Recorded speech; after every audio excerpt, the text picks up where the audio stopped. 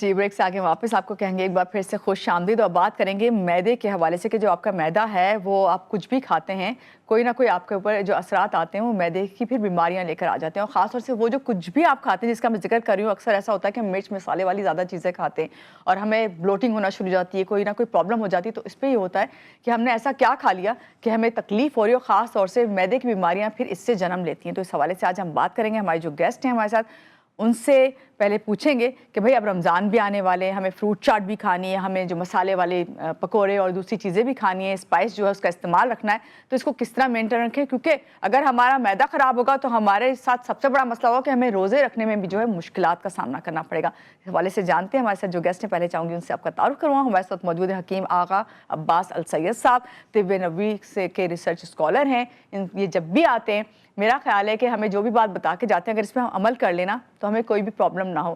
السلام علیکم، کیسے ہیں آپ؟ ٹھیک ہیں آغا صاحب؟ وعلیکم السلام، جیتی رہیے۔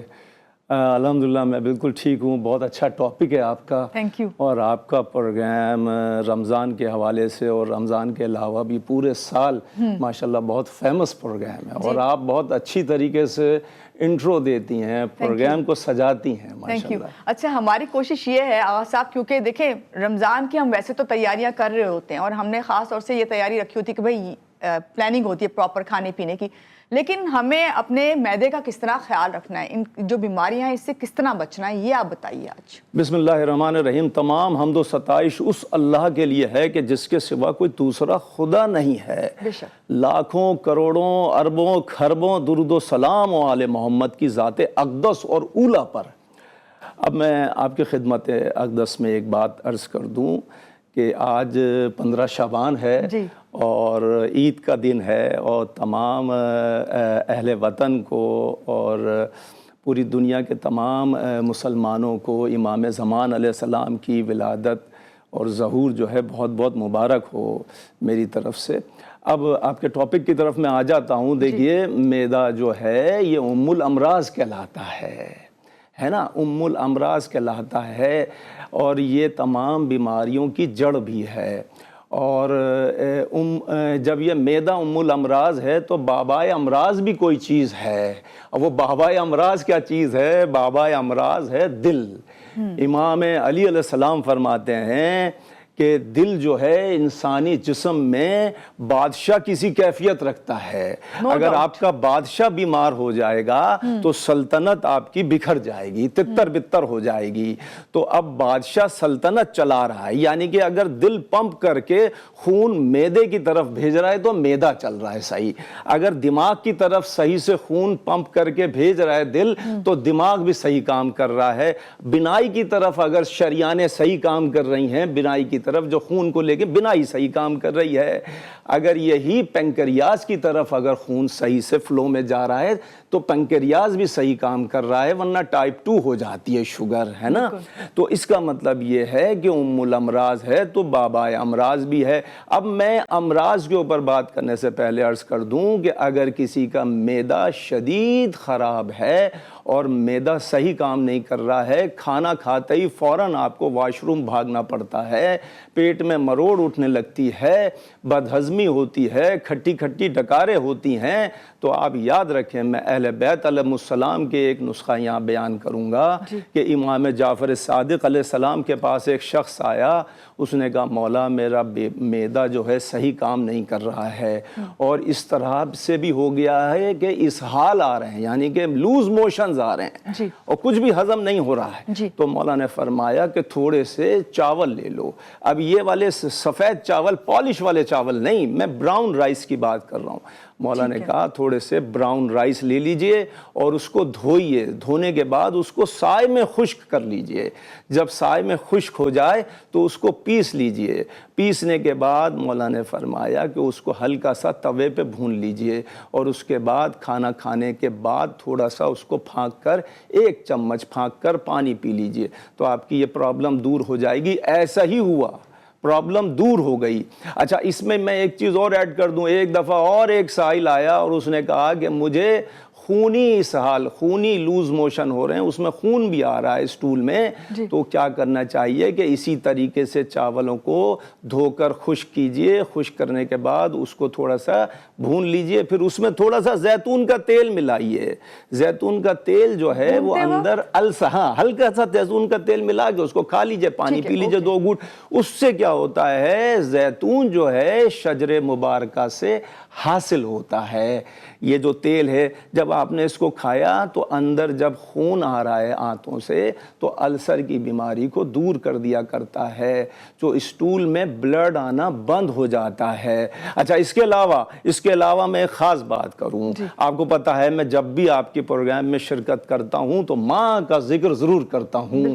جتنے بھی دنیا کے انسان ہیں، جتنے بھی دنیا کے 8 ارب لوگوں کی بات کر رہا ہوں، کل دنیا کی بات کر رہا ہوں، تمام لوگ جب نومولود ہوتے ہیں، نئی ولادت ہوتی ہے، اس دنیا میں آتے ہیں تو سب کا ہی معدہ کمزور ہوتا ہے، کسی کا معدہ لوہے کا نہیں ہوتا، سب کا معدہ کمزور ہوتا ہے۔ اور جب معدہ کمزور ہوتا ہے تو وہ بچہ چیخے مار مار کے روتا ہے، کیونکہ ماں کا دودھ بھی ہضم نہیں ہو رہا ہوتا ہے۔ تو ماں سب سے بڑی طبیب ہے۔ میں نے پچھلی دفعہ پروگرام میں بھی آپ سے کہا تھا کہ ماں کی فضیلت کو لوگ نہیں سمجھتے، ماں سب سے بڑی طبیبہ ہے۔ اب آپ دیکھیں جب بچہ بے چین ہوتا ہے، تڑپتا ہے، اب ڈاکٹر کے پاس رات کے 2 بجے لے کے نہیں جاتے تو ماں کیا کرتی ہے، اس کو سلانے کے لیے، اس کے آرام کے لیے، اس کی شفا یابی کے لیے ماں کیا کرتی ہے، اس بچے کو اٹھاتی ہے اور اپنے لیفٹ سائڈ کی کروٹ سے یوں کر کے چپٹا لیتی ہے۔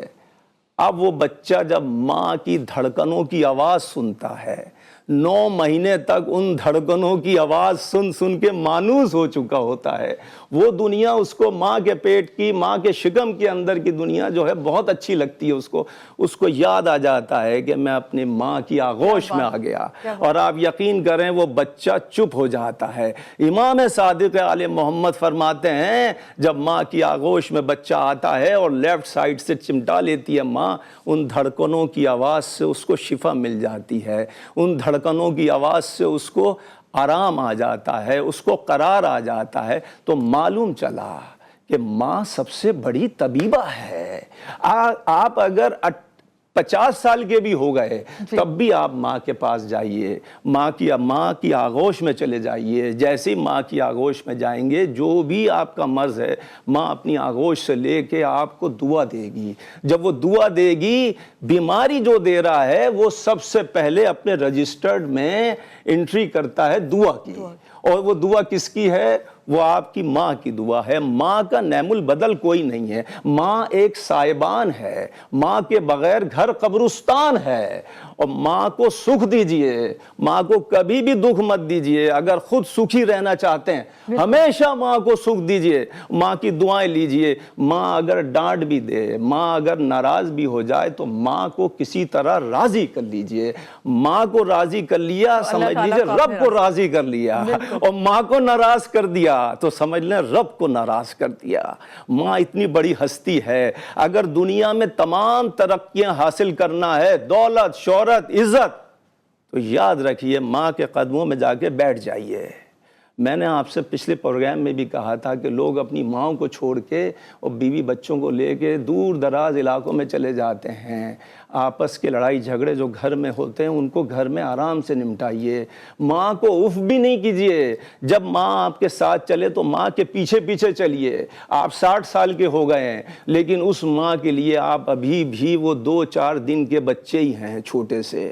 ماں کے پیچھے چلیے، ماں کی دعائیں لیتے چلے جہاں یہ جائیے۔ ذکر کیا نا حکیم صاحب کے جو ہے ماں طبیبہ ہیں اور وہی مین کیونکہ گھر کے سربراہ ہوتی ہیں تو اس وقت وہ بچوں کو جس طرح پال رہی ہوتی ہیں تو بچوں کو ان کا کہنا بھی ماننا چاہیے کہ اصل تعلق وہی پیٹ سے جہاں بیماریاں شروع ہوتی ہیں اس سے ہم نے بات شروع کی تھی۔ اور آپ نے کہا کہ ہارٹ جو ہے وہ بادشاہ ہے، اور ہارٹ کے بارے میں آج پڑھ ہی رہی تھی کہ ہارٹ واحد ہمارا آرگن ہے کہ جو ریسٹ نہیں کرتا، باقی تمام آرگنز جو ہیں آپ کے ریسٹ کرتے ہیں۔ یہاں پہ ہم جب معدے کی بات کر رہے ہیں تو چلیں معدے سے ہر بیماری جو ہے وہ سٹارٹ ہوتی ہے، اس کا آپ علاج بتا رہے ہیں، لیکن آج کل ہم دیکھ رہے ہیں حکیم صاحب طب نبوی سے تھوڑا آپ سے جاننا چاہیں گے کہ بہت سارے وائرسز آئے ہوئے ہیں۔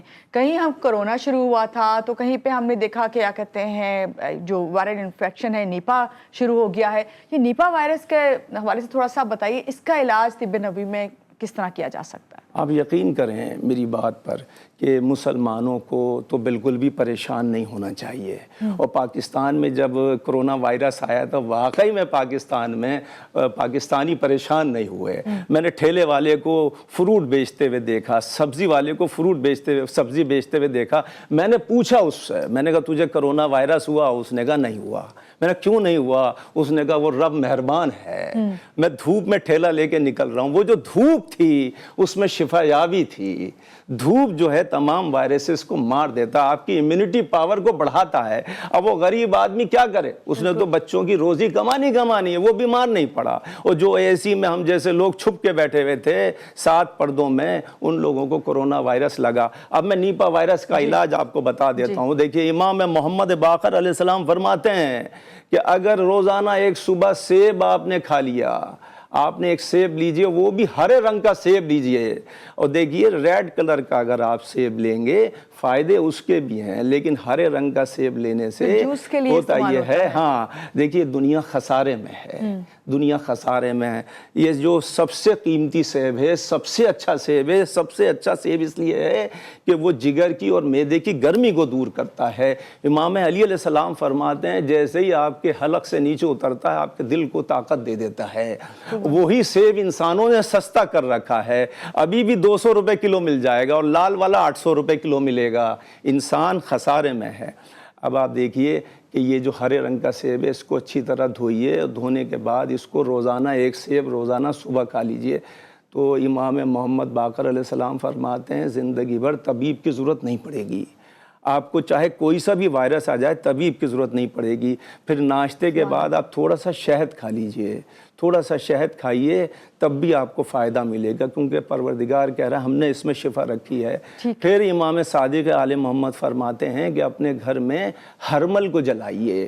ہرمل ایک براؤن کلر کی کلونجی کی شکل کی چیز ہوتی ہے, اس کی دھونی اپنے گھر میں دے لیجئے. اس کی دھونی دینے سے یہ ہوتا ہے جتنے بھی وائرسز آپ کے گھر میں موجود ہیں وہ تمام کے تمام ہلاک ہو جاتے ہیں. ہر ہرمل کے دانے کے ساتھ ایک فرشتہ منصوب ہے, وہ آپ کو شفا یابی دے کے جائے گا, اس کے بغیر آپ کے گھر سے رخصت نہیں ہوگا.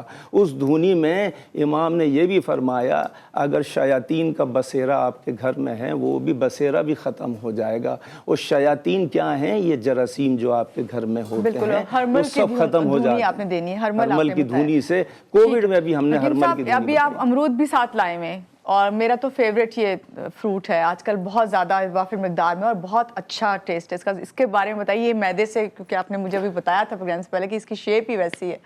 دیکھیں میرے چیف کیمرامین مجھے میرا یہ امرود کو دکھائیں گے. دیکھیے یہ جو امرود ہے اس کی شکل بالکل میدے جیسی ہے اور میدے کے تمام جملہ امراض کو دور کر دیتا ہے.